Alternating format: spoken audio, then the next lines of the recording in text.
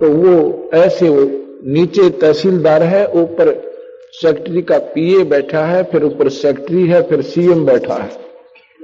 गांव वाले पूछते हैं भाई कैसे हैं वहां पर अधिकारी लोग, वो बताता है, कहते हैं तहसीलदार के सिर पे पीए बैठा है, पीए के सिर पे जो है मंत्री उसका सीएम बैठा है, तो सेक्रेटरी बैठा है, सेक्रेटरी के ऊपर कहते सिर पे सीएम बैठा है। अब वो समझाने वाला अनजान था, वो तो अपने हिसाब से सही बता रहा था, पर समझनिए चूक कर गए।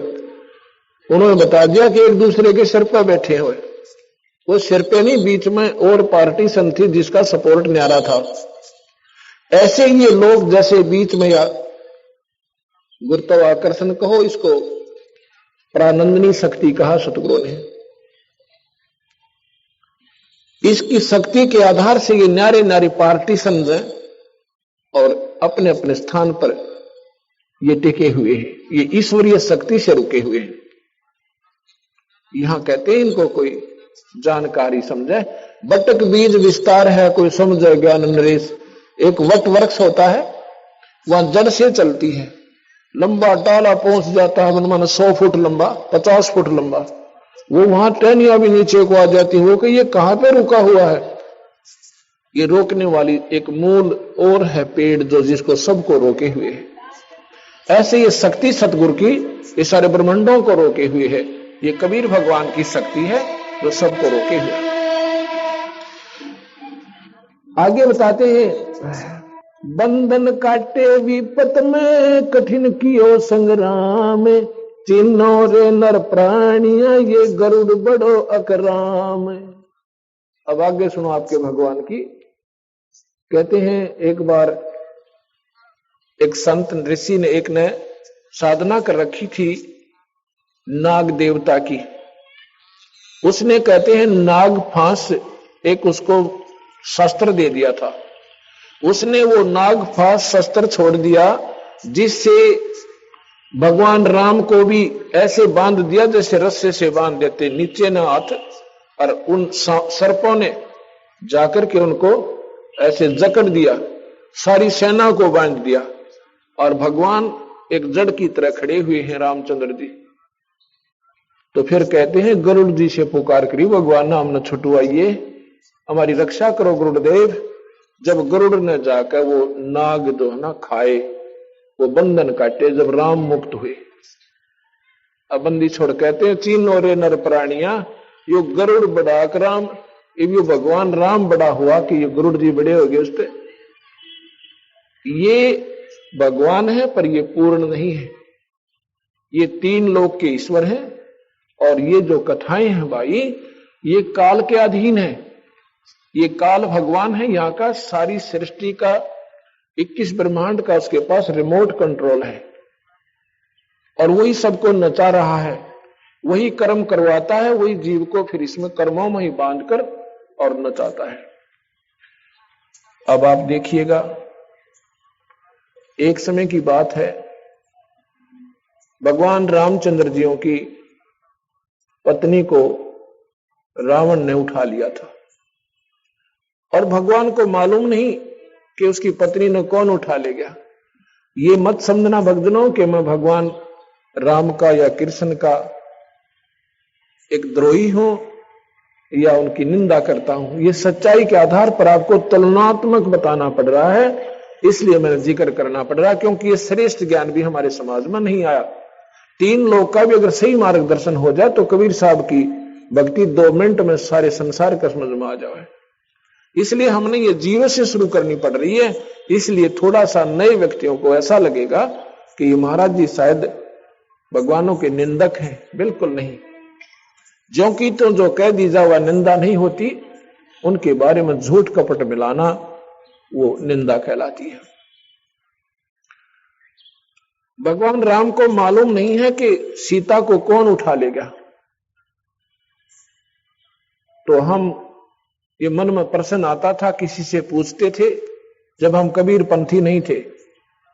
मैं तो सन 1988 में ये नाम लिया, और सन 1993 के लास्ट में यानी लगभग 9वें महीने में सितंबर में गुरुदेव ने ऐसे तुरंत बुलाकर 110-12 साल की आयु थी मेरे गुरुदेव की उस समय, और मैं तो अपना नौकरी करता था। बुला करके मुझे कहा कि आज के बाद तू नाम देगा। मेरे सिर पे हाथ धर दिया, मेरे पसीना आ गया सारे शरीर में कि मैं 2 कौड़ी का जीव और इतने पवित्र परमात्मा की मैं कैसे महिमा गा पाऊंगा। तो मैं उनकी आंखों से तरफ देख रहा हूं, वो भी जान गए कि ऐसा है, ऐसा महसूस कर रहे हैं। कहता मैं तेरे साथ रहूंगा, घबराइए मत ना, और सतगुरु की शक्ति आपके सिर पर रहेगी।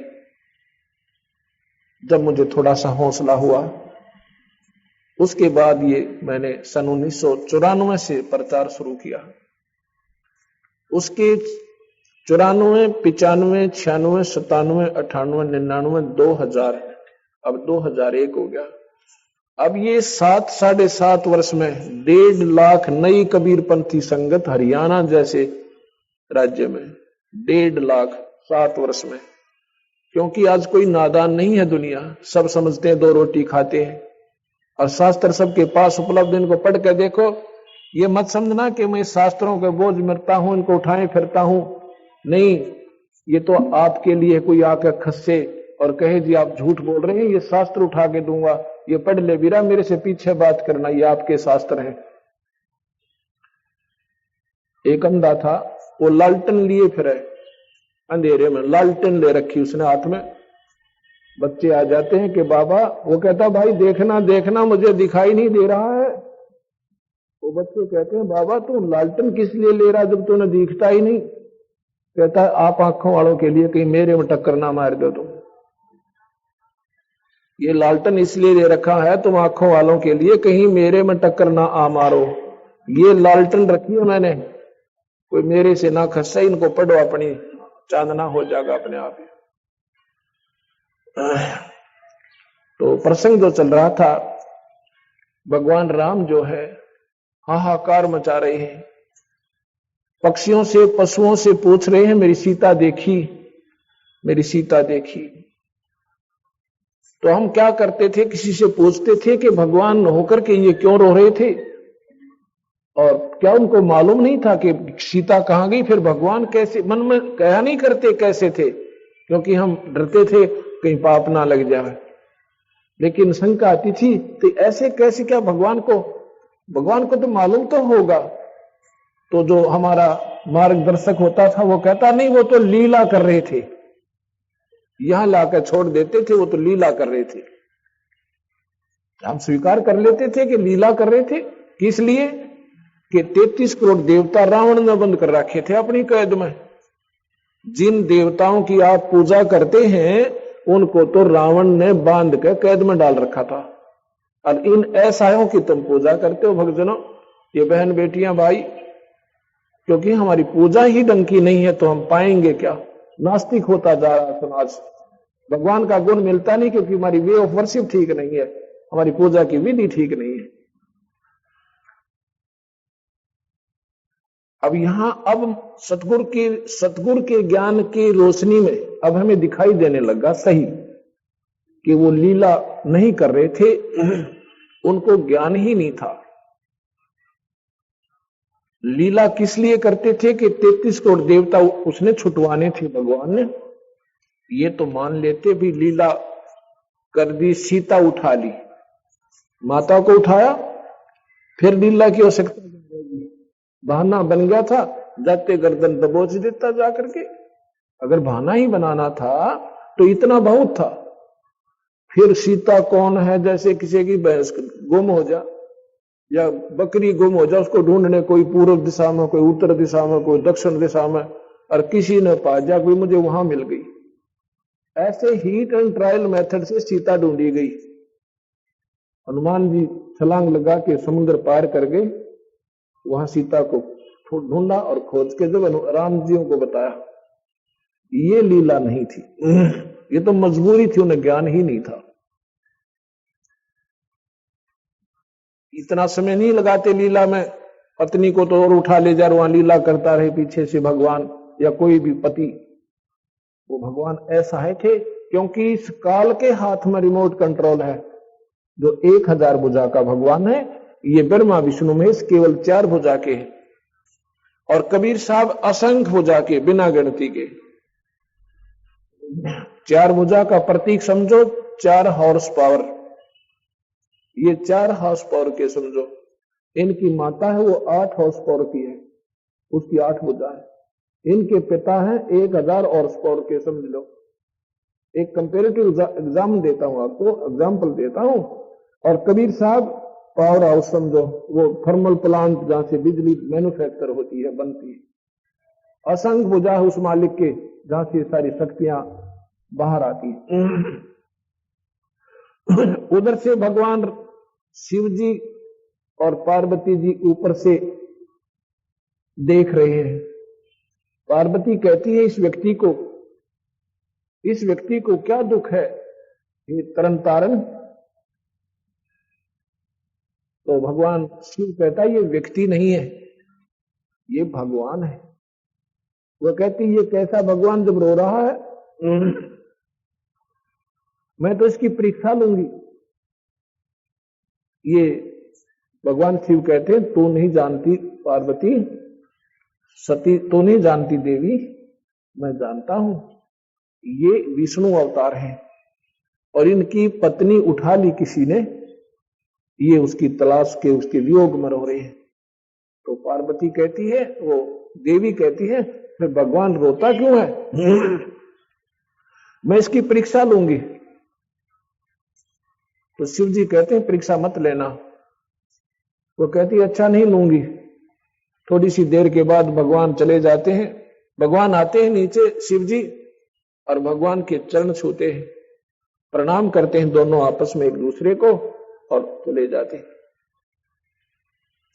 पार्वती सोचती है कि ये शिव जी भी भोलानाथ है, ये वैसे किसी के चरण छू लेता है।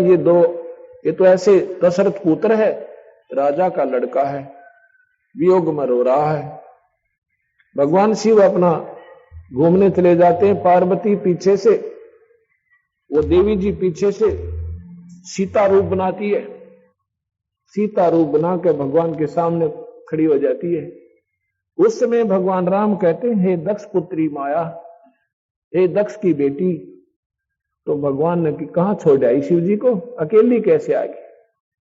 तो वो कहती है आप तो ठीक ही आपको प्रणाम कर रहे थे भगवान शिव जी, आप तो वाकई भगवान हो। अब यहां सोचने की बात है भगवानों, अब तो सीता, उसने पहचान लिया कि सीता नहीं है, ये तो पार्वती है। और उस समय भगवान को मालूम नहीं कि सीता गई कहां है। ये क्या चीज है, ये समझना होगा अपने। और यही समझाने के लिए सतगुरु का ज्ञान, ये सारी भूमिका आपको बता रहा हूं कि ये काल जो है 21 ब्रह्मांड का एक रिमोट कंट्रोलर है। इसने जिस जीव की जितनी बुद्धि खोलनी है वहीं से छोड़ देता है, ऑफ करनी है वहां से कर देता है। उधर से जब पार्वती वापस जाती है तो भगवान शिव उनको जान जाते हैं, क्योंकि वो भी इस काल निरंजन के हाथ में। भगवान शिव को अंदर में जाकर ये चांदना कर दिया, चेष्टा दे दी कि ये सीता का रूप बना कर गई है। उसने आके पूछा कि तू सीता का रूप बना कर गई है? वो हंसने लग जाती है, नहीं मैंने कोई परीक्षा नहीं ली। तो भगवान शिव ने पार्वती को हृदय से उतार दिया, उसको पत्नी रूप में स्वीकार नहीं किया। क्यों नहीं किया? उसने कहा कि तू मेरी मां का रूप बना के गई है, अब तू मेरी पत्नी नहीं रही। मां क्यों कहा? ये 3 भाई हैं, बड़ा ब्रह्मा है, दूसरा विष्णु है, तीसरे नंबर का शिव है। क्योंकि शिव का बड़ा भाई जो विष्णु हुआ और बड़ी भाभी मां के तुल्य होती है। ये हमारा एक संविधान है, ये एक हमारा आचरण होना चाहिए कि बड़े भाई की पत्नी मां के तुल्य दृष्टिगोचर होनी चाहिए। इसलिए उसने कहा कि तूने आज मेरी मां का रूप बना लिया, तो मेरी पत्नी नहीं रही। भगवान शिव ने उसको अपने हृदय से तलाक दे दिया, अपने हृदय से चाहा नहीं। पार्वती भी इस बात को जान गई कि अब ये पक्का अनाड़ी है और इन्होंने जो निश्चय कर लिया ये दोबारा स्वीकार नहीं करेगा तुझे। उसके बाद क्या होता है, अब मैं शास्त्र सुनाऊंगा पर आपने ऐसा लगेगा जैसा कि महाराज जी, क्योंकि शास्त्रों के सुनाए बिना हमें, जैसे मैं बताऊं कि SHO जो थानेदार होता है, अब थानेदार ने कोई सोचा कि सुप्रीम पावर है, सारे जिले का मालिक है, और मैं कहूं नहीं भैया नहीं, ये तो इसका कर्म, इसकी क्रिया ही न्यारी है, ये तो एक सुरक्षा का प्रतीक है और इसका कुछ सीमित क्षेत्र है, ये ज्यादा नहीं है। उसका जो पुजारी है वो महसूस कर सकता है, जिसने नहीं ज्ञान, क्योंकि वो तो उसने बहुत बड़ा शक्तिशाली मान रहा था। लेकिन वो थानेदार को थानेदार कहना कोई निंदा नहीं है, DC को DC बताना, तहसीलदार को तहसीलदार बताना कोई निंदा नहीं। कोई नादान उनको प्रधानमंत्री माने बैठा हो तो उसकी गलती है, वो गलत सोच रहा था।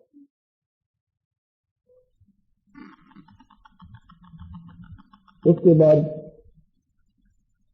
वो देवी जो है सोच लेती है कि अब यहां दो तो घर में सदस्य हम और दोनों ही आपस में बोल नहीं रहे, तो मैं यहां से खिसक जाती हूं। अपने पति, अपने पिता राजा दक्ष के यहां आ जाती है।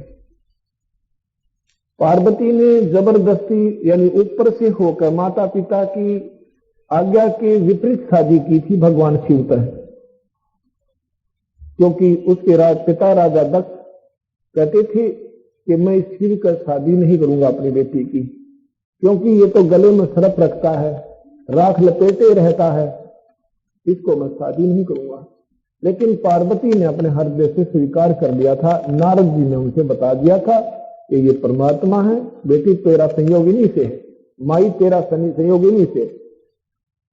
तो उसने शिव को चिट्ठी लिख दी थी नारद के हाथ के, आप आ जाओ, मैं आपको को वर वरूंगी। तो भगवान शिव चले गए थे, राजा दक्ष की नहीं बचाई थी, तो पार्वती ने उसको लड़की, उस देवी ने उनका माला डाल दी थी, यानी भगवान शिव ले आए थे पत्नी रूप में। उसके बाद राजा दक्ष ने उनको कभी नहीं बुलाया था, किसी भी अनुष्ठान में या कोई घर के घरेलू कोई ब्याह शादी में नहीं बुलाते थे, दोनों को रुष्ट हो गए थे। अब वो जो देवी है वो पार्वती समझो, वो वहां पहुंच जाती है राजा दक्ष के घर पर। उसमें वहां पर एक यज्ञ हवन चल रहा था, यज्ञ हो रहा था, राजा दक्ष ने की थी। तो उस राजा दक्ष को ये मालूम था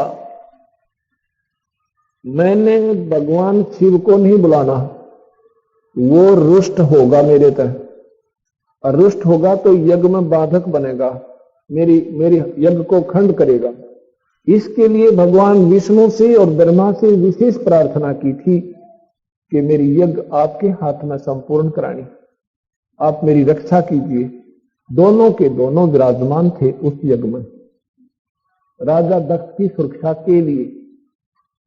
उधर से जब वो देवी जाती है, वहां पर क्या कर रखा था कि जो रिश्तेदार, बहनों के बटेऊ, लड़कियों के बटेऊ यानी पति, वो जो आए हुए थे या कोई गणमान्य महापुरुष आए थे या कोई सिद्ध पुरुष ऋषि थे, और जो नहीं आए थे जिनको आमंत्रित किया हुआ था, उनके आसन लगा रखे थे न्यारे न्यारे, और जो रिश्तेदार नहीं आया था उसका हिस्सा सबके सम्मान न्यारा न्यारा उसके खाली स्थान पर, उसके आसन पर रखा जा रहा था। पूजा भी और उसके कपड़े भी, जो कुछ भी उसने वो पुरोहित आदेश देता था।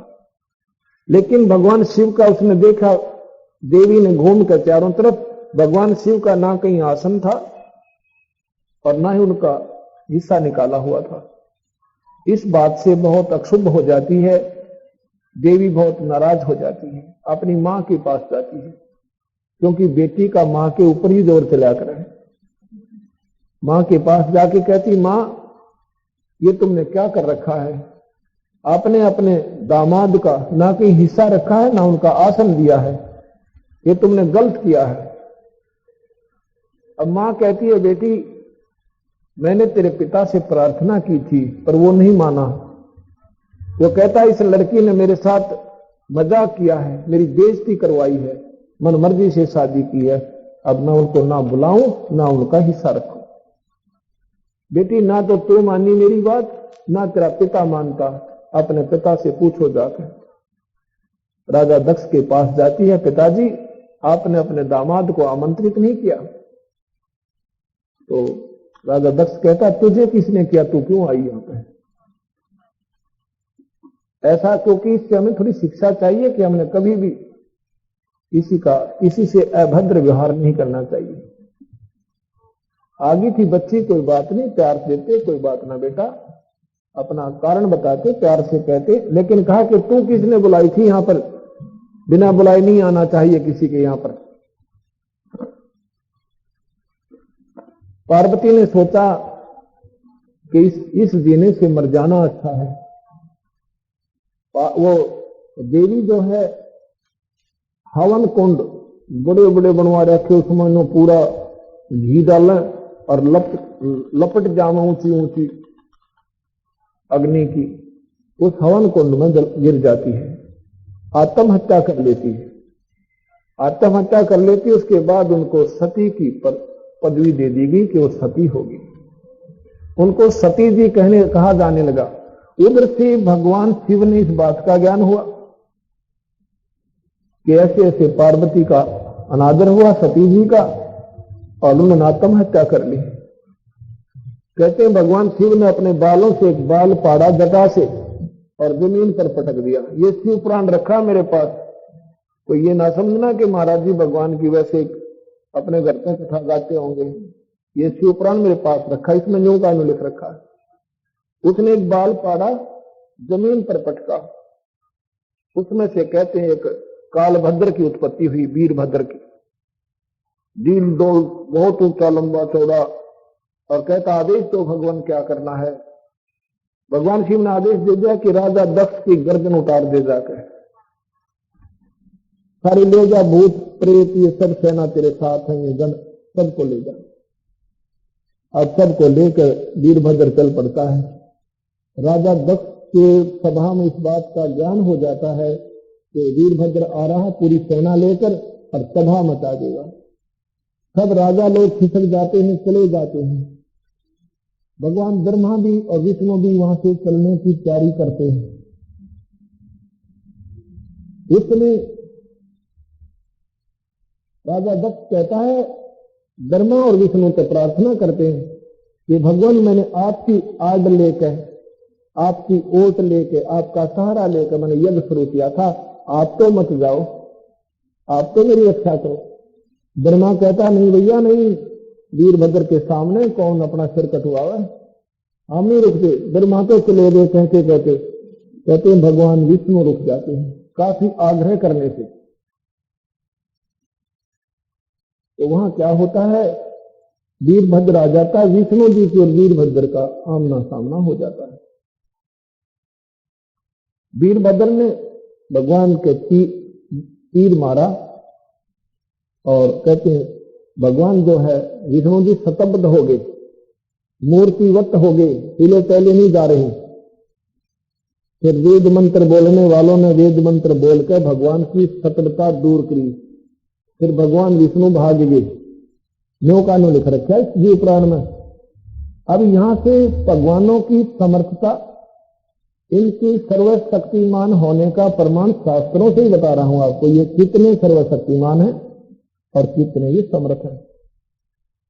ये तीन लोक के ईश्वर है, ये चार भुजा के भगवान है। इनमें जितनी शक्ति है आम जीव से ज्यादा है, क्योंकि ये परमात्मा है। आपको परमात्मा की परिभाषा बतानी पड़ेगी। परम माने श्रेष्ठ, उच्च आत्मा है। ये आम जीव से उच्च आत्मा है, श्रेष्ठ आत्मा है, उत्तम आत्मा है। इनमें दयालुता भी ज्यादा है, इनमें सहनशीलता भी ज्यादा हमारे आम जीव से। इसलिए इनको परमात्मा कहते हैं, श्रेष्ठ आत्मा, ऊंची ही आत्मा, उच्च आत्मा। और इसलिए इनको इन तीन विभागों के मालिक बनाया जाता है। जैसे IAS ऑफिसर होते हैं, इन्हीं को उस पदों पर रखा जाता है, अन्य को नहीं रखा जाता। ये परमात्मा ये हमारे से परम है, आम जीव से परम है।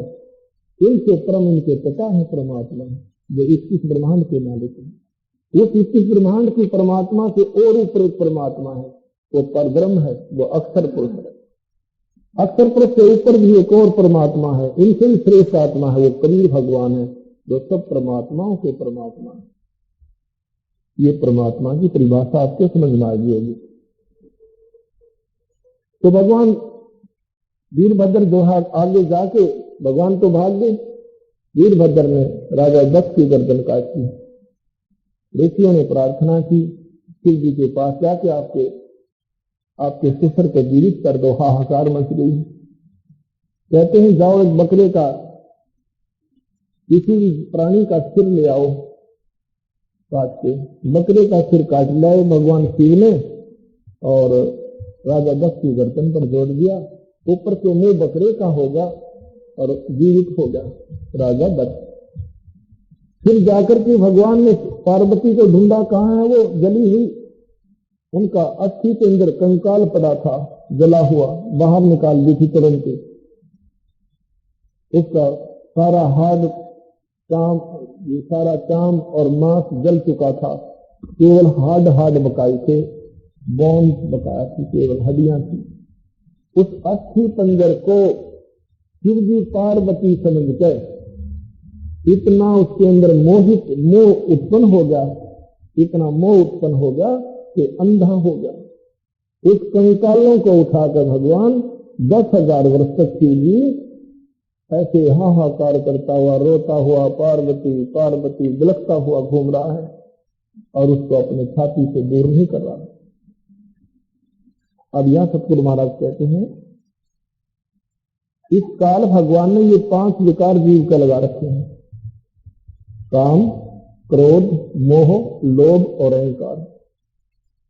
कामदेव है विषय वासना, जो संतान उत्पत्ति होती है जिससे, उसको काम कहते हैं, सेक्स जिसे कहते हैं। इसमें 10,000 हाथियों जितनी ताकत है, 10,000 एलिफेंट पावर। और फिर उसके बाद क्रोध, इसमें 15,000 हाथियों जितनी ताकत है। और फिर काम, क्रोध, लोभ, इसमें 20,000 हाथियों जितनी शक्ति है। और मोह के अंदर 30,000 हाथियों की शक्ति है। इतना हमारे अंदर ये 5 कैप्सूल दे रखे हैं हमारे अंदर काल में, ये 5 इंजेक्शन लगा रखे हैं जो समय समय पर जीव को नचाते रहते हैं। ये जीव के बस का नहीं है, ये तो सतगुरु कबीर भगवान दिन से ऊपर की शक्ति है। उसकी साधना की विकार नॉर्मल होते हैं, उस सतनाम के सिमरन से ये नॉर्मलाइज होते हैं। नहीं तो आम जीव को झूठी सुख की साधना करके चाहे मैं इनको खत्म कर लूं, कभी नहीं होगा।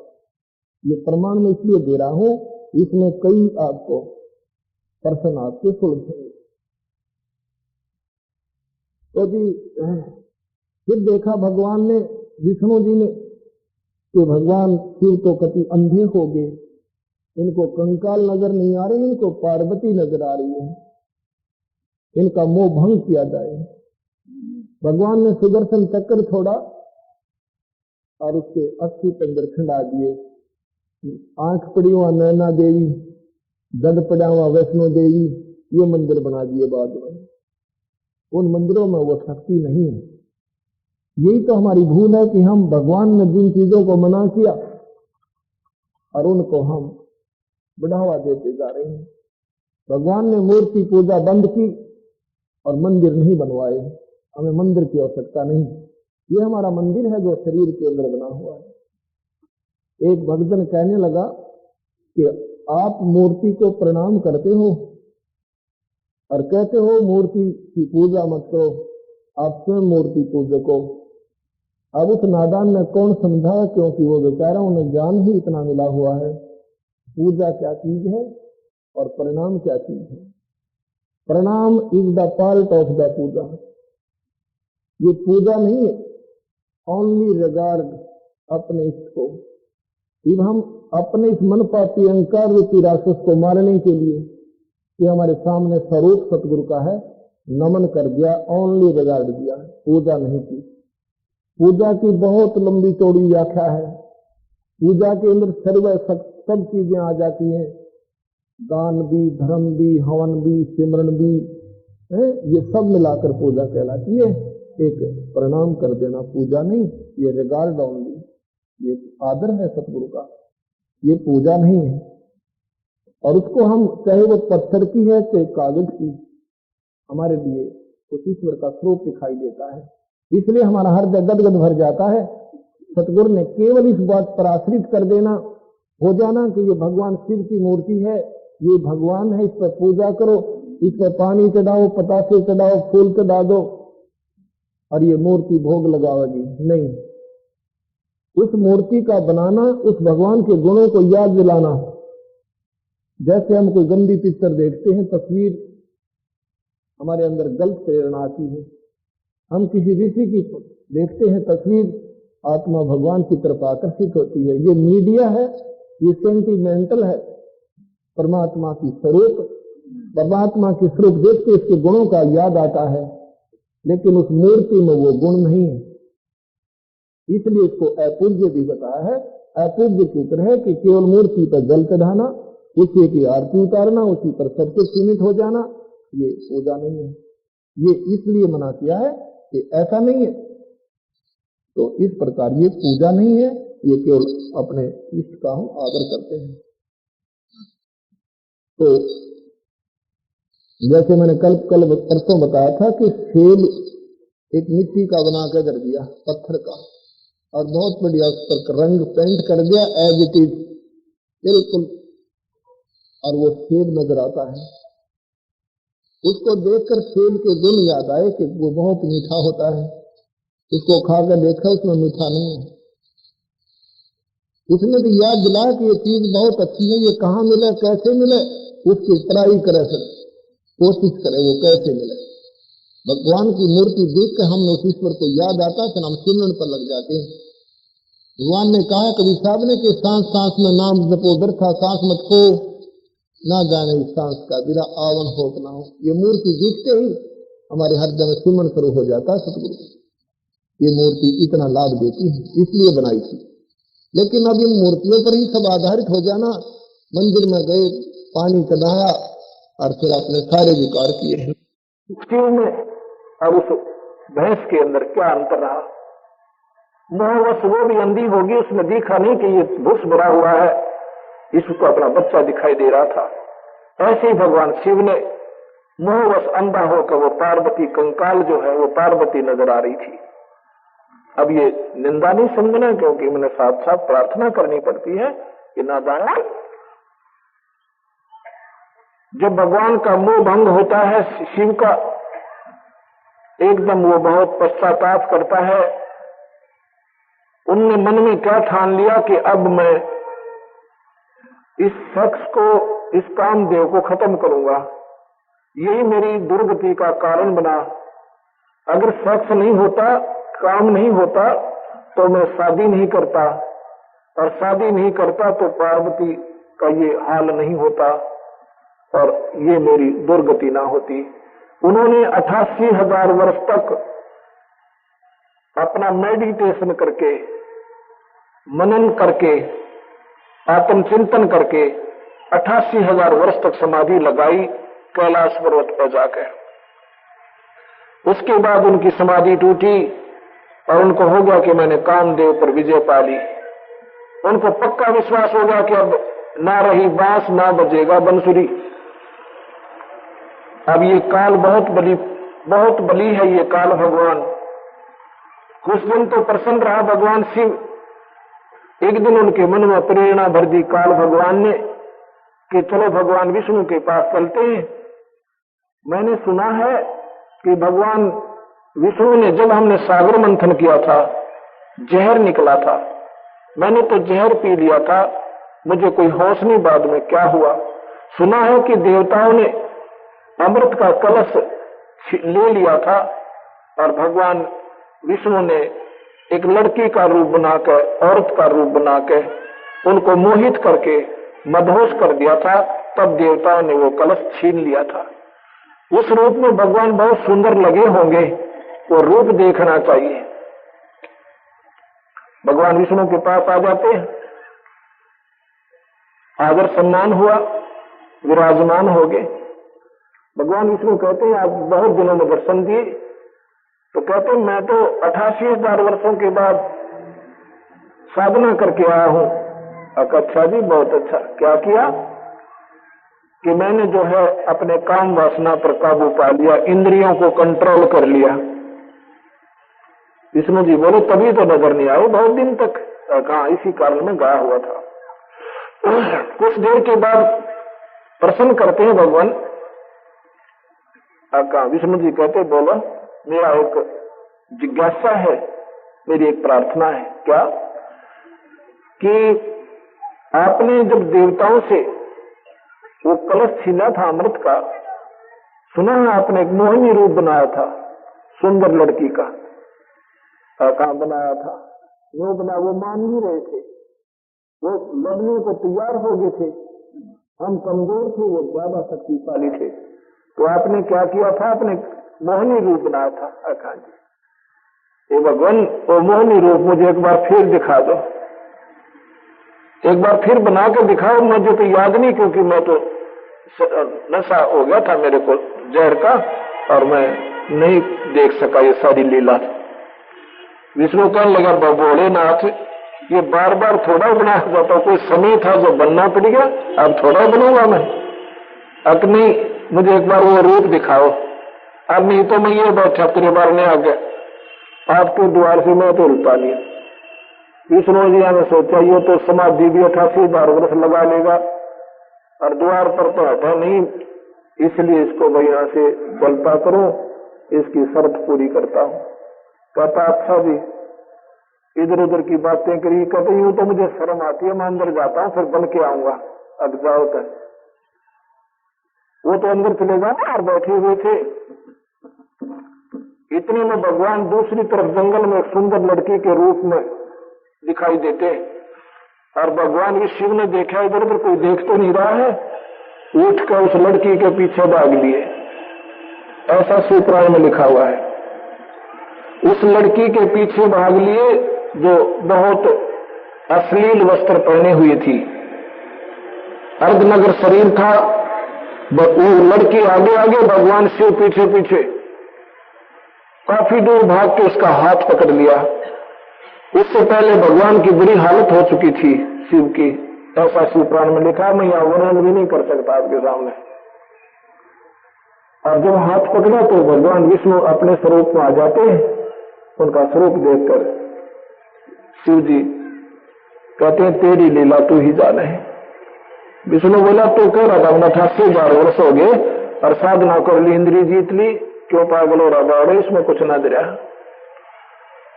ये काल बलि जो है इन सबको नचा रहा है। गरीबदास जी कहते हैं, कबीर साहब समझो गरीबदास इनकी एक ही, क्योंकि जो सतगुरु के सत्य है वो उन्हीं की बोली बोला करते हैं। गरीबदास ने लिखा है कि सरंग बरंग कुरंग मतंग बरंग और सरंगा इंद्री पांच ठगोतिस अंगा। इसका क्या तात्पर्य है? शब्द सप्र स्वरूप रसगंध, ये 4 विषय हमारे जो इस काल बलि ने इस जीव के ऊपर ठोक रखे हैं, इनको ये नचा रहे हैं। फिर कहते हैं तुम रे संग पांचों प्रकाशा, योग युगत की झूठी आशा। एक विषय के वश होकर शब्द, ये कान का विषय है, मीठे मीठे शब्द या गाने सुनना ये भी विषय है। जब इन विषयों से भी आपकी आत्मा दूर हो जाएगी और भगवान के चिंतन में, उसके सिमरन में, उनके गुणों में बैठकर रोना शुरू करोगे, तब आपकी आत्मा भगवान की तरफ अग्रसर हुई है। नहीं तो ये मीठी मीठी आवाजें सब सुन सुनकर राजी हो जाते हैं। पद गाया मन हर्षिया और साखी कहा आनंद, सो तक नाम न जानिया, वर में पड़ गया फंद। ये कबीर साहब कहते हैं। कुरंग कहते हिरण को। हिरण में कान का विषय होता है। वो कान के एक शब्द करता है शिकारी, उस शब्द की ऐसे एक सारंगी से तान बनाता है और वो उसके वश होकर प्राण त्याग देता है, उसके चरणों में जाकर के टिक जाता है, मत्था टेक देता है, अपनी जान खो देता है। वो विवश है। ऐसे फिर कहते हैं सबद सप्रस, हाथी के अंदर काम वासना ज्यादा होती है। हाथी पकड़ने वाले एक हथनी सिखा कर ले जाते हैं, पढ़ाई हुई होती है, एक गड्ढा खोद देते हैं नीचे लंबा चौड़ा, और उसमें घास ऊपर डंडे डालकर, बांस डालकर, मिट्टी डालकर घास ऐसे लगा देते हैं जैसे यहाँ खड़ा ना हो। उस हथनी को हाथियों के झुंड में भेज देते हैं, वो हाथी के चारों तरफ स्पर्श करती है, उसको वासना जगाती है, फिर भाग लेती है। उसके पीछे 2-3 हाथी भाग लेते हैं। उस वहां आकर के वो पकड़ने वाले ऊपर वृक्षों पर चढ़ जाते हैं, अपना दूर उनको दिखाई नहीं देते। हाथी अंधे होकर भाग लेते हैं। हथनी स्थान को बाईकाट कर जाती है, बाईपास करके, और सीधी फिर भाग लेती है। हाथी सीधे भागते हैं, वो सारे के सारे उस गड्ढे में गिर जाते हैं और फिर उनको नचाया जाता है, उसके वश हो गए। सबद सप्रस रूप रस, रूप है जैसे आपने पतंगे देखे होंगे दीपक पर जलकर मर जाते हैं, उनमें विषय होता है, उनको वो रूप विषय विवश होते हैं। रस जो है भौरा, रस है मछली। मछली जो है जीभ के कारण विवश हो जाती है। मछली पकड़ने वाला एक मांस का टुकड़ा और एक हुक में डालता है, लोहे के हुक में, कांटा कहते उसे, और पानी में छोड़ देता है। वो नादान उसको खाने के लिए मुंह लगाती है, वो खींच देता है, उसके ऊपर उसके मुख में वो कांटा फंस जाता है और बाहर पटक देता उठा के, रस के कारण वो मर गई, जान खो दी। और गंध, भौरा जो होता है फूल के ऊपर बैठ जाता है, जो बड़े फूल होते हैं उसमें इतना विवश हो जाता है, उसको उठा नहीं जाता और वो फूल बंद हो जाता है। शाम को वो 12 घंटे में मर जाता है, उठता नहीं। यहां गरीबदास जी कहते हैं कि तुम रे संग पांचों पर कासा, इस मनुष्य शरीर में काल ने ये पांचों ही लगा दिए कि कहीं ये भक्ति ना कर ले, कहीं इसका छुटकारा ना हो जा। तुम रे संग पांचों पर कासा, योग युगत की झूठी आशा। अब भगवान शिव जैसे महापुरुष 88,000 मेडिटेशन मननशील, ये भी नहीं यहां से पीछा छुटवा सके। सतगुरु महाराज कहते हैं ये तुम्हारी झूठी आशा है। मैं बताता हूं आपको, सतनाम देंगे हम। सतनाम है सांस का सिमरन, सांस सिमर कर उसके फिर ये खत्म हो जाते हैं, ये विकार नॉर्मलाइज हो जाते हैं, आपको याद भी नहीं आएंगे, ऐसी स्थिति में आप आ जाओगे। वो सिमरन सतनाम है। सतनाम के बाद फिर भक्ति के आप योग्य बनोगे, उसके बाद सार नाम दिया जाएगा, तब आपको उपलब्धि होगी। केवल सतनाम से भी जीव की मुक्ति नहीं है। सतनाम आपको भक्ति के योग करेगा, उस परमात्मा की प्राप्ति के योग होगे और फिर परमात्मा प्राप्ति का सार नाम मिलेगा। जब जाके हमारे कबीर भगवान की पूरी पद्धति होती है, यानी भक्ति का जो मार्ग है पूरा प्रशस्त होता है। जैसे जमीन से पानी निकालना है, जमीन से पानी निकालना है, ट्यूबवेल लगाना है, हैंडपंप लगाना है, उसके लिए क्या होता है, एक या तो ड्रिल मशीन से या ऐसे बोकी के द्वारा लोहे का एक पाइप सा होता है, उसके माध्यम से बार बार ऐसे बोकी लगाई जाती है। ये सांस उसास रूपी बोकी सतनाम से लगाई जाएगी। वो क्या करेगी, पानी तक पाइप को पहुंचा देगी। बस उस बोकी का काम है पानी तक पहुंचा दिया, पानी बाहर नहीं आया। उसके लिए फिर मशीन बांधनी होती है, हैंडपंप की नारी, उसमें फिर पानी बाहर किया। सतनाम आपको पार ब्रह्म के अंतिम छोर तक पहुंचा देगा। पार ब्रह्म के बाद हमने पूर्ण ब्रह्म के अंदर जाना है, वो लाभ लेना है, वो सार नाम रूपी हैंडपंप आपने और लेना होगा जब वो पूर्ण प्राप्ति होगी। इनका क्योंकि नाम जो है सतगुरु ने, नाम का ही आसरा, शब्द के सहारे जीव जाएगा। कोई न सोचे कि वैसे ही हो जाएगा, ऐसा नहीं। सतगुरु ने कहा है कि सांस सांस में नाम जपो, इसलिए कोई जपने का नाम है और सांस के ही द्वारा है। उसी का प्रमाण गरीबदास जी ने दिया, जो कबीर साहब ने डायरेक्ट उनको नाम दिया था। लिखा हुआ अपने शास्त्र में, गरीबदास जी ने, कबीर साहब ने धर्मदास को वही नाम दिया, सतनाम।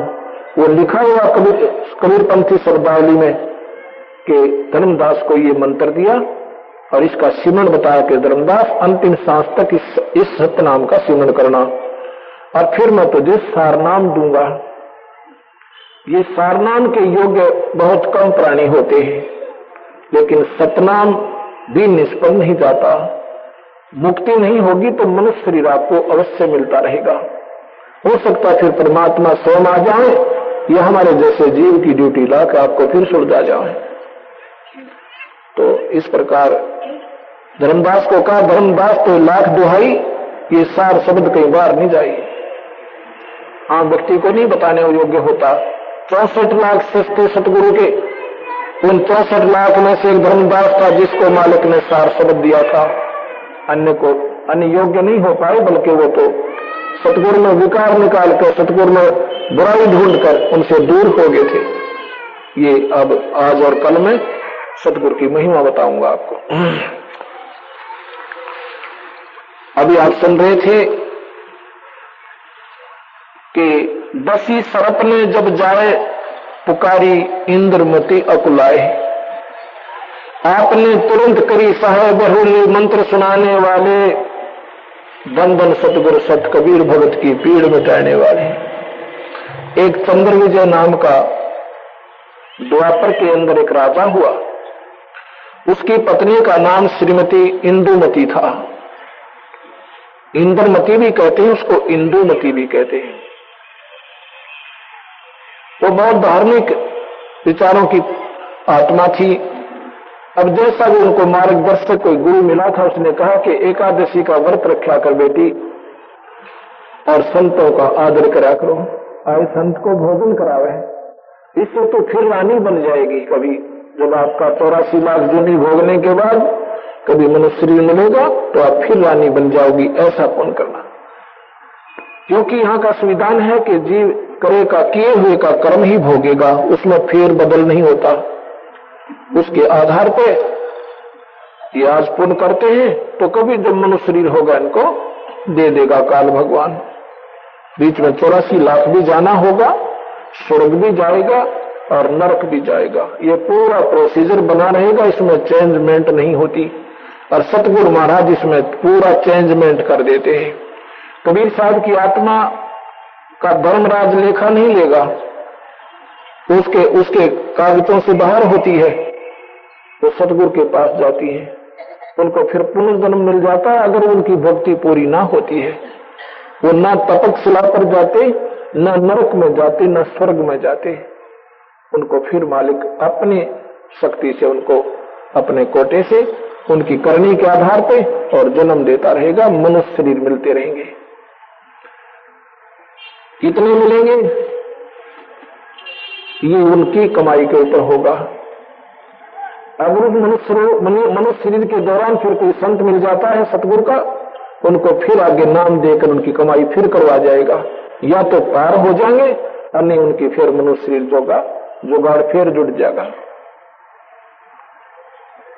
तो इंद्रमती ने क्या सोचा, अगर ऐसे ही रानी बनते हैं तो उसने संकल्प कर लिया कि रोज आना एक महात्मा को भोजन कराऊंगी। ज्यादा आ जाए तो मेरे भाग, कितने आओ पर कम से कम एक को, महापुरुष को, भक्तात्मा को रोज आना भोजन कराऊंगी। पीछे भोजन किया करूंगी ताकि मैं भूल ना जाऊं। उसने ऐसा ही सब आसपास अपना संतों से आमंत्रित करें। कोई रोजाना 100, कोई 200, कोई 5, कोई 20 रोजाना भोजन खाने आ जाते हैं और बाद में रानी रोटी खाती है, भोजन पाती है। एक बार क्या होता, कुंभ का मेला आ गया, ये सभी महात्माओं कुंभ नहाने चले गए और इंद्रमती को 3 दिन कोई संत नहीं मिला। रानी ने भी रोटी नहीं खाई।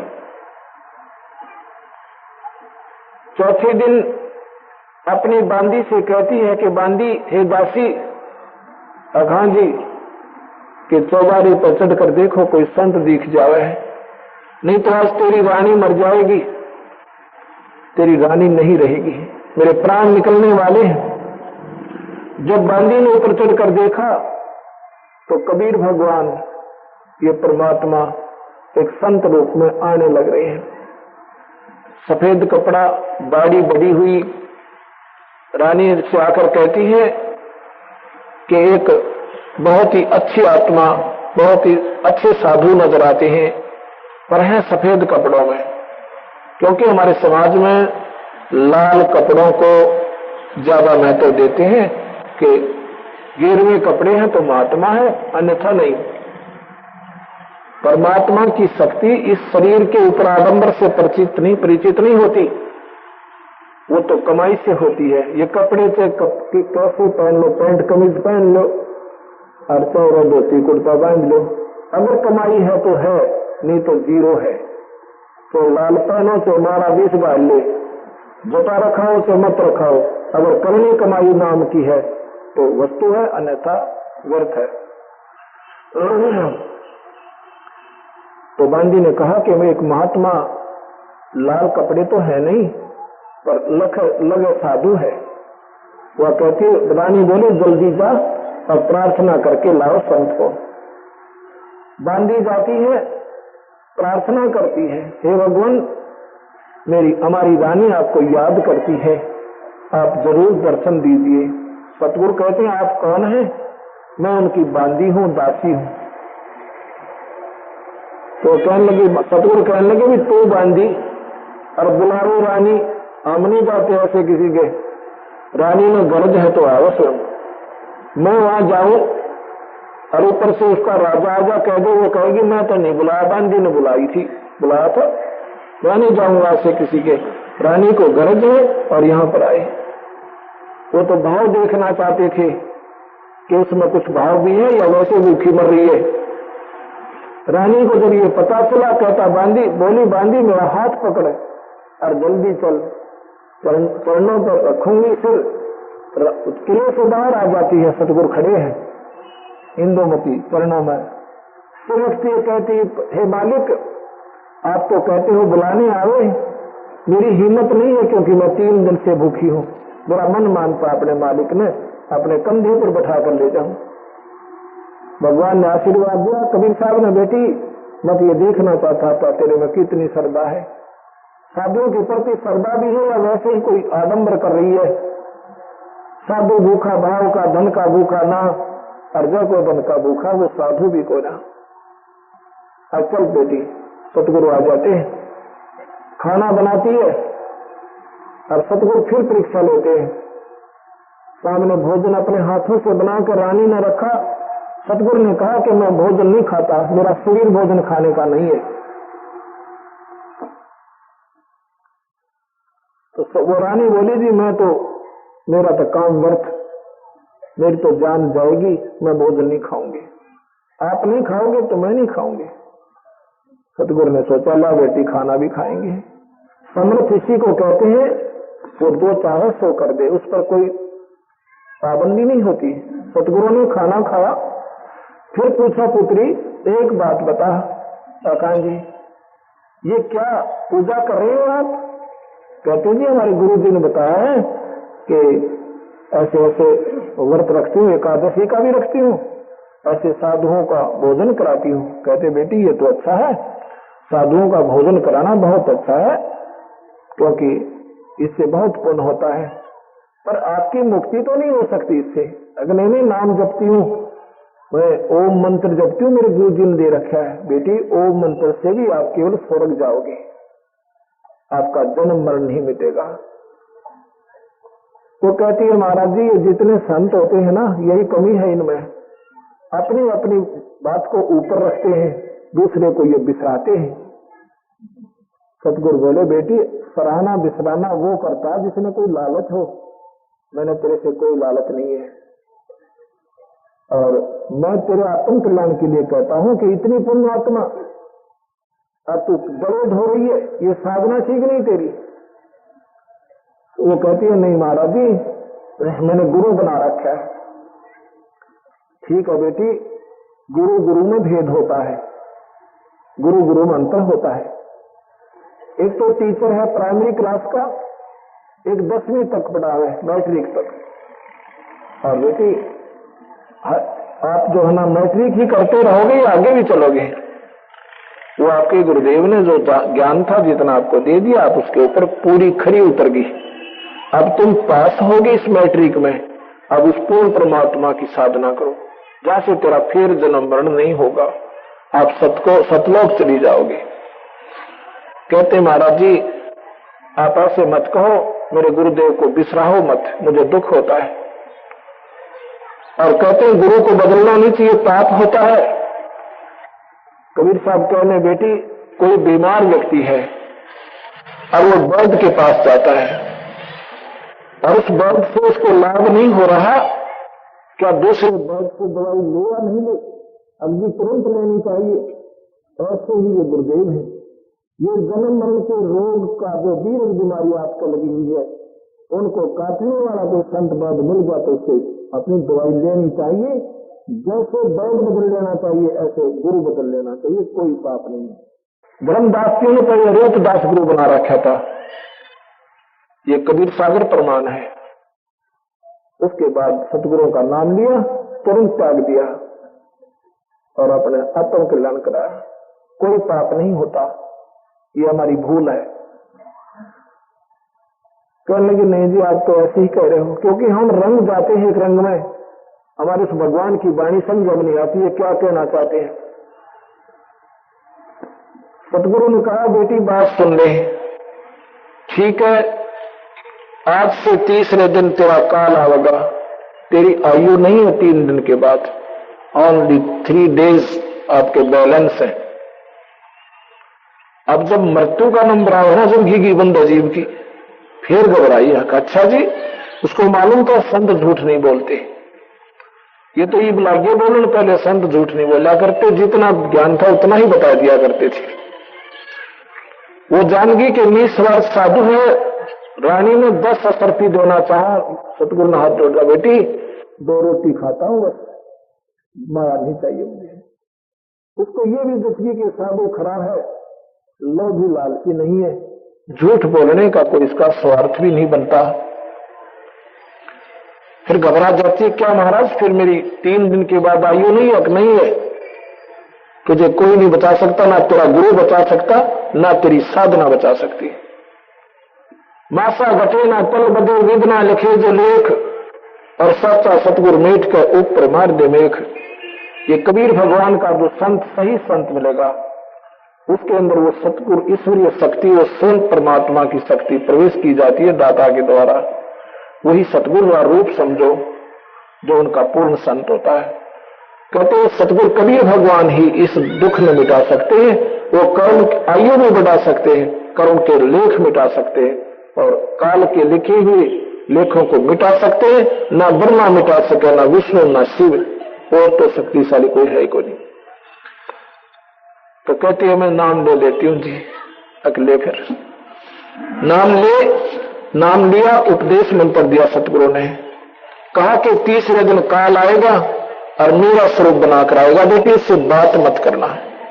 ये नहीं है कि संता उसका आदर नहीं करना, अब मैं आदेश देता हूं अब नहीं करना, और फिर कोई भी आए तो खूब आदर करना संत का। ये लीला करी थी सतगुरु ने कि ये नादान आत्मा ये समझ ले कि तेरी मृत्यु नहीं थी, संत वैसे ही कहकर चले गए और वो मरी भी नहीं, लेकिन उसने मरना था। सतगुरु ने नाम दिया था, वो नहीं भी मरती, लेकिन उसका यकीन नहीं होता, श्रद्धा नहीं बनती सतगुरु में। क्या होता है, तीसरे दिन सतगुरु के रूप में ये काल आता है जो गीता में कहता मैं सबने खाऊंगा किसी ने ना छोड़ू। वो काल, वो निराकार शक्ति सतगुरु का रूप बनाकर आता है। अब रानी तो उंगलियों पर गिन रही थी कि आज 3रा दिन है, मेरी मृत्यु होगी, होनी थी, अब नहीं होगी, क्योंकि गुरु के वचन का विश्वास भी था कि नहीं होगी। और उसी समय आवाज देते हैं सतगुरु के रूप में काल भगवान, इंद्रमती एकदम देखा कि सतगुरु आ गए। अब असमंजस में पड़ जाती है कि आदर ना करूं तो पाप नहीं कहूं, आदर करूं तो गुरु वचन टूटे। वहां आदेश था सतगुरु का उस किस में आगे कोई भी संत आए, सतगुरु आए, विशेष आदर होना चाहिए। तो वो क्या करती है, कहा था बेटी ये सिमरन करते रहना जो मैंने तुझे दिया 2 मिनट, उसके बाद उसका स्वरूप देखना। वो तो घबरा के और सच्ची लगन लगा के सतगुरु में सिमरन शुरू कर देती है। सामने देखता है शरीर, उसका शरीर चेंज हो गया, उसका असली स्वरूप सामने काल का आ गया, मंत्र के प्रभाव से, नाम के प्रभाव से। काल ने जब अपना स्वरूप देखा कि इसमें तो तेरे, इसके पास कोई अजब शक्ति है, कहता है कि आज तो तू बच गई, तुझे फिर देखूंगा। ये कह के काल अंतर्ध्यान हो जाता है। रानी ने खुशी मनाई, राजा को बताया कि आज मेरी मृत्यु थी, मेरे गुरुदेव की कृपा से मैं नहीं मरी, आज काल आया था मेरा, वापिस भाग गया। राजा नहीं मानता था, वो थोड़ा सा, क्यों, जिसमें कोई अमल है ना वो गुट्टी सुट्टी डाया करता। क्यों, राजा लोग थे, शाम में पी कर सो जाता, उसमें क्या भगवान की आवश्यकता थी। हाथी मौज मार रहा था, लेकिन ये मौज थोड़े से दिन की है, ज्यादा नहीं है। फिर गधा बना, कुत्ता बना हुआ मौज खत्म हो जाती है। उस मौज को बनाए रखने के लिए ये व्यसन त्यागने होंगे और ईश्वर के पूर्ण संत का सहारा लेना होगा। तो राजा कहता तू तो पागल होगी और तुझे दिखाई नहीं देता गुरुजी हर समय, तू मर जाती जीती कैसी हो सकता है कभी? रानी का तेरी समझ में ना आए, तो अभी राज के चक्कर में है। वापस आ गई, अपने बांधियों को, नौकरों को, सबको बताती आज मैं मर जाती, मेरे गुरुजी ने मेरी आयु बढ़ा दी। ये निश्चिंत होकर लेट जाती है। काल ने दाव लगाया, शाम को एक सर्प का रूप बनाया, इंद्रमती के पैर में काट दिया। जब उसको काटा एक दिन शोर मचाया, मैं डस ली, सर्प ने खा ली, भागो। तो सैनिक भागे आते हैं, पहरेदार आते हैं, देखते हैं ऐसा मोटा सर्प और नीचे मोरी मां से और किले से बाहर निकल जाता मकान से। देखा उन्होंने जाता हुआ, रानी अपने सतगुरुदेव को पुकार कर बेहोश हो जाती है, मर जाती है। राजा इकट्ठा होगा, सब आ गए, इतने में सतगुरु महाराज प्रकट हो जाते हैं। कबीर साहब इंद्रमती का जहर उतार कर उसको जीवित कर दिया। बोल सतगुरुदेव की जय। इंद्रमती ने जब भगवान कबीर साहब को देखा, उसके चरणों में चपट गई, बहुत रोई है, दाता मेरा कोई अहोभाग्य था, आपके दर्शन हुए, अगर आप परसों मुझे नहीं मिलते, आप दाता मैं नहीं थी, आप सत्य कह रहे थे। सतगुरु बोले बेटी मैं इस काल को आने भी नहीं देता, ये घटना भी नहीं घटने देता, पर तेरा विश्वास नहीं बनना था मेरे प्रति। तो ये सोचती कि झूठ बोल गए महाराज जी, मैंने मरना ही नहीं था। सतगुरु टाल भी सकते थे और नहीं आने देते, पर अब तुझे विश्वास बन गया। नो बोलू जी 100 का 100 100% आप मेरे मालिक, मां आपकी बेटी। ऐसे सतगुरु का आना जाना बना रहा। आयु बढ़ा दी कि जब तू चाहेगी बेटी, जब बता देना मुझे, तब सतलोक ले जाऊंगा तुझे। अब तेरे ऊपर काल का असर नहीं होगा, तू काल के बाहर होगी, वहां तेरा कोई हिसाब नहीं रहा। लेकिन आन उपासना नहीं करना, ना कोई व्रत रखना, ना देवी देवता पूजना, जो नाम मैंने दिया ये साधना करना, और जो आरती में दे चला इसकी आरती करना। ज्योत लगा भगवान, सुबह शाम अपनी अमर ज्योत खड़ी, और यही करना। एक दिन रानी कहती है कि भगवान एक कृपा करो, मेरे राजा को भी सोधी आ जाए, इसे भी समझाओ ये नाम ले। ये तो नादान इस राज के नशे में अंधा हुआ पड़ा है, मैंने बहुत कहा पर नहीं मान रहा। भगवान कबीर साहब कहते हैं कि राजा आप नाम लो।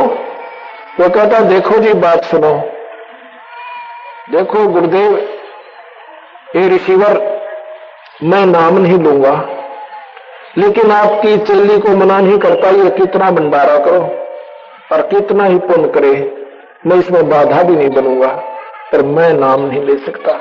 मेरी कुछ ऐसी समस्याएं हैं, भाई मैं तो पार्टी में जाना पड़ता है, महफिलों में बैठना पड़ता है। सतगुरु बोले महफिलों में गोटियां लाना जरूरी है, सेब खा